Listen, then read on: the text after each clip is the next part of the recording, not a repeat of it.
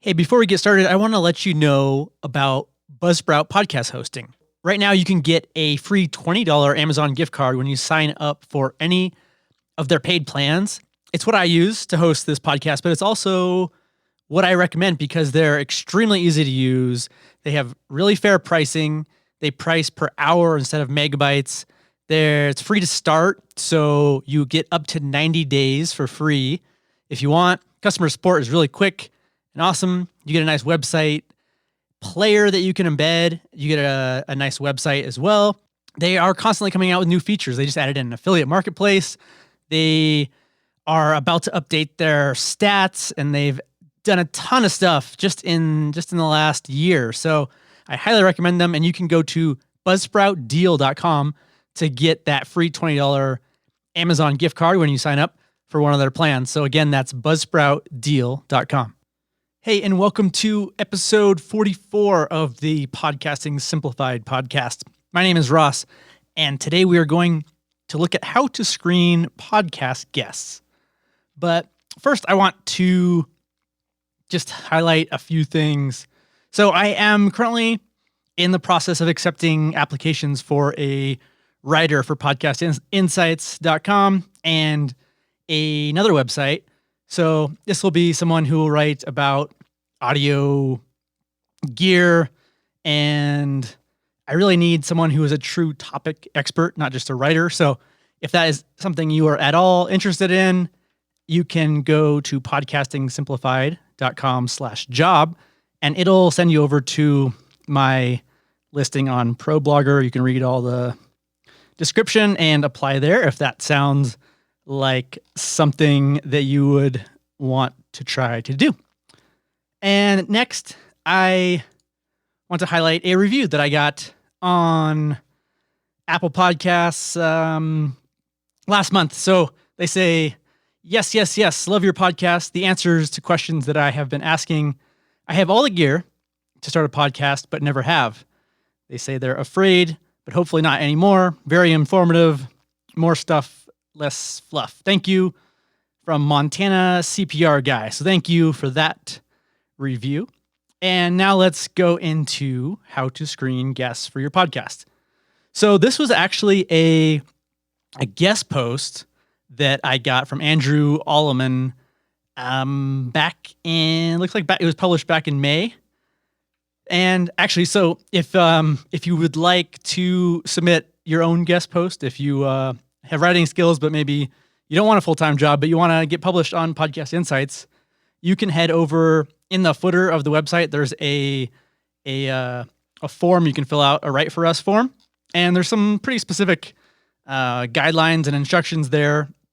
So I don't just take anyone, but if that's something that sounds like that might be a good fit, I'm happy to take a look. And so this was a guest post that he did, and he had some great tips, and I just wanted to go through this because it's some good info. So it starts out with, all podcasters have experienced it. An interview with a guest for their podcast that ends up being a big flop. The guest was boring, they rambled all over the place, they focused on pitching their own product, or they had horrible sound quality. We don't want that stuff. So not only does the interview end up being a waste of time, but they have to break the news to the other person that the interview won't air. So preventing this from happening requires a little bit of preparation, but once you have a good process for this, you'll be able to get great guest interviews and segments every time. And just a little for full disclosure, I actually have been one of these bad guests. Way back in 2015, I was doing a different podcast, and I actually got an interview for a pretty big podcast at the time, and I was not clear in what I was saying, and I was all over the place, and I didn't have great answers to the guest questions. And actually, at the end of the interview, he said, "Yeah, we can't air this. We're happy to try again." And I ended up not following up, but just know that this stuff does happen, and it's even happened to me. So let's go on to the first tip here. So listen to some of the podcasts they've been on. Ideally, the guest has been a guest on other podcasts, so you can listen to their previous appearances and just get a feel for what they talk about. Listening to just 5 minutes of a couple different interviews will be really helpful. So does the guest have good sound quality? You'll know that right away. Do they answer questions clearly, or do they go off on tangents? Do they speak over the interviewer? How much time do they spend educating the audience compared to talking about how great they are or how great their product is?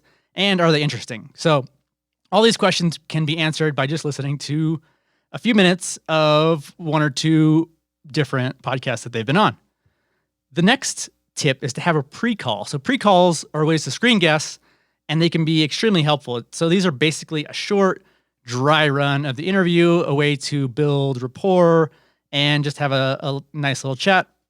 And they can also clear up issues that you might have. So with software or sound quality, you can kind of figure that stuff out ahead of time. So then on the actual interview day and time, you can hop on and get going right away. The next tip is to send explicit audio instructions. So guests who aren't regular podcasters themselves don't always understand what sort of setup they need in order to sound good. So hosts need to be really clear with their instructions. They should explain that the guest needs to have a dedicated microphone and not use a built-in laptop mic. So this can be anything that they have. It could be just a cheap, headset mic or even earbuds that come with your phone. Those are better than talking into a built-in laptop mic. And so don't assume anything is common sense. So it's amazing. Some people call in for a podcast interview from a really loud place, like a coffee shop or an airport, and you really want to let them know to find a quiet place before the interview.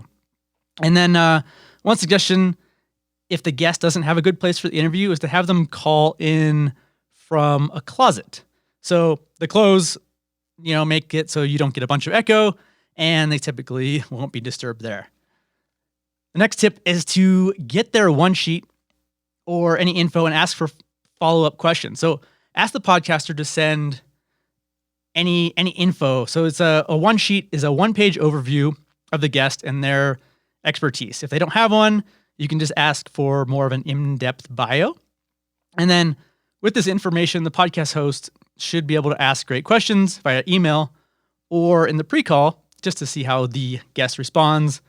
And then one trick that Andrew says is to ask if there are any specific questions the guest would like the host to ask them.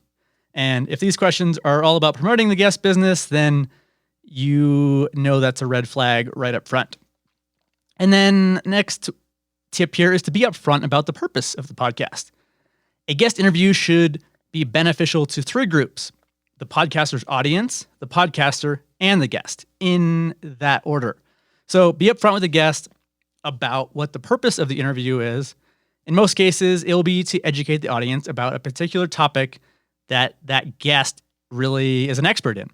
So some guests treat it more like an opportunity to pitch their products or services, which is what we don't want.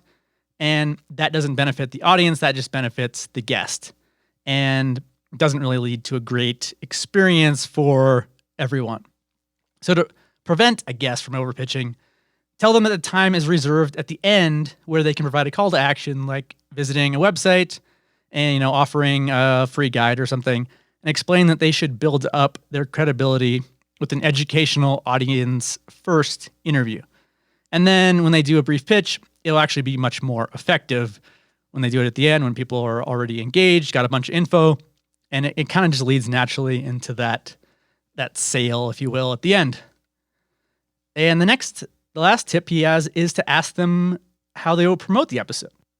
So one of the goals with having a guest is that they will promote the show to their own audience. And again, this benefits everyone. They get more exposure, your podcast gets more exposure, and many guests actually promise a ton, but they fail to deliver on that. They'll say they'll share it everywhere, and then when it comes time to actually do that, it doesn't happen.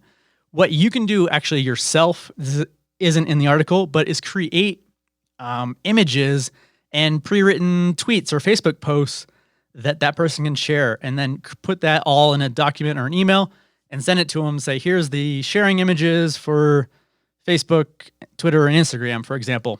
And then that just makes it super easy for them to share it. So I think that both parties can actually contribute to this promotion step. So lastly, preparation takes time. It might seem easy to just take a chance and hope that the guest works out, but that is a gamble. And by doing this a little bit of work ahead of time, you'll get much better questions. You will make sure that they don't overly promote their products. You'll get a great experience for your listeners, a crisp interview, and it really makes everyone win. So I hope that was helpful for how to screen podcast guests.